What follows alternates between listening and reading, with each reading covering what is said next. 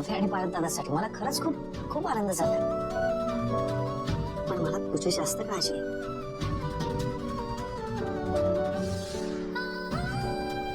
मी ठीक आहे जीवा. मी खरंच ठीक आहे. मला काहीच झालेलं नाहीये. बस मावशी होणार आहे या आनंदाखाली मला बाळ होणार नाहीये हे दुःख मी कसं लपवू तेवढं मात्र कळत नाही.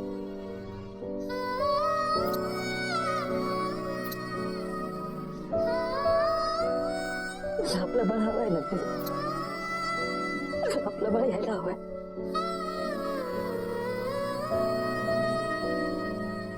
आम्हाला खरंच मुलं हवंय. अशाच अपडेटसाठी